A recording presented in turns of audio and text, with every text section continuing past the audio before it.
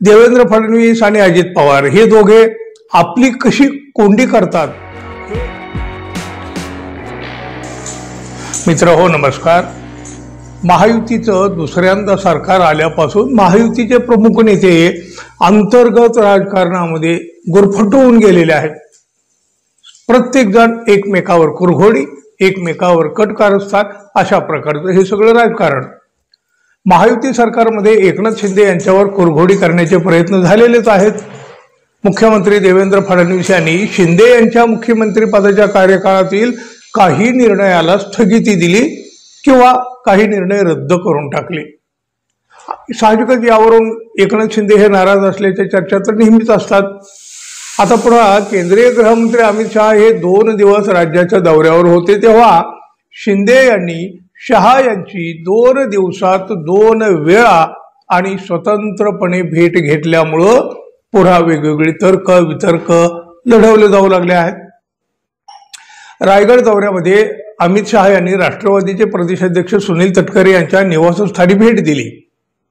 यामागं शिंदे आणि त्यांच्या पक्षाचे मंत्री भरत गोगावले यांच्यावर कुरघोडी करण्याचा प्रयत्न होता। शहा यांनी तटकरे यांच्याकडे भोजनाचं निमंत्रण स्वीकारलं असलं तरी त्यामागं भाजपाचे नेते असल्याची शिंदे गटाची भावना आहे।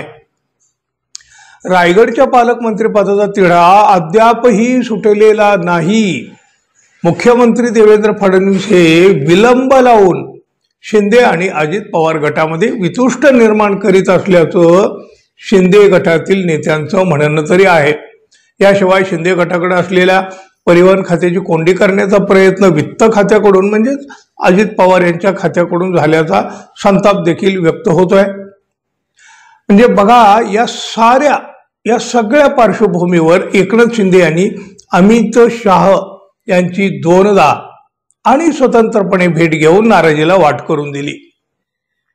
देवेंद्र फडणवीस आणि अजित पवार हे दोघे आपली कशी कोंडी करतात हे एकनाथ शिंदे यांनी शहा यांच्या निदर्शनाला आणून दिले। आपल्यापेक्षा कमी आमदार असलेल्या राष्ट्रवादीला सरकारमध्ये झुकतं माप मिळतं अशी ही शिंदे यांची तक्रार होती। त्याचबरोबर नगर विकास विभागाशी संबंधित काही प्रस्ताव रखडवण्यात आल्याची तक्रार सुद्धा एकनाथ शिंदे यांनी केल्याचं सांगण्यात येतं। निधी वाटपामध्ये शिवसेनेच्या मंत्र्यांची अडवणूक केली जाते, म्हणजे शिंदे गटाच्या मंत्र्यांची अडवणूक केली जाते, हा खरा तर शिंदे गटाचा आक्षेप आहे। आणि यावरूनच बरंचसं काही खडाजंगी धुसफूस या सगळ्या गोष्टी होताना दिसतात। उपमुख्यमंत्री अजित पवार यांनी मुख्यमंत्री देवेंद्र फडणवीस यांच्याशी चांगलं जमवून घेतलेलं आहे आणि यातूनच अजितदादांना सरकारमध्ये झुकतं माप देखील मिळत आहे। अजितदादांच्या बारामतीला पहिल्या 100 दिवसातच 1100 कोटींचा निधी मंजूर झाला। राष्ट्रवादीचे मंत्री आणि आमदारांना योग्य निधी मिळेल त्याची पुरेपूर खबरदारी पवार घेतात। मुख्यमंत्र्यांचा वरदहस्त असल्यामुळे अजितदादांना निर्णय घेण्याचं स्वातंत्र्य असल्याचं शिंदे गटाचं म्हणणं आहे। फडणवीस आणि अजित पवार हे दोघं शिंदे यांच्यावर कुरघोडी करत असल्याचं सध्याचं चित्र आहे। एकनाथ शिंदे गटाकडून तशी नेहमी तक्रारही केली जाते। अमित शहा यांच्या मुंबई दौऱ्यानंतर शिंदे यांच्या गटाला काहीतरी दिलासा मिळतोय का हे लवकरच समजेल। पाहूया हे कारस्थानी राजकारण आणखी कुठल्या वळणावर पोहोचतंय आणि त्याचे परिणाम, त्याचे पडसाद काय उमटत आहेत।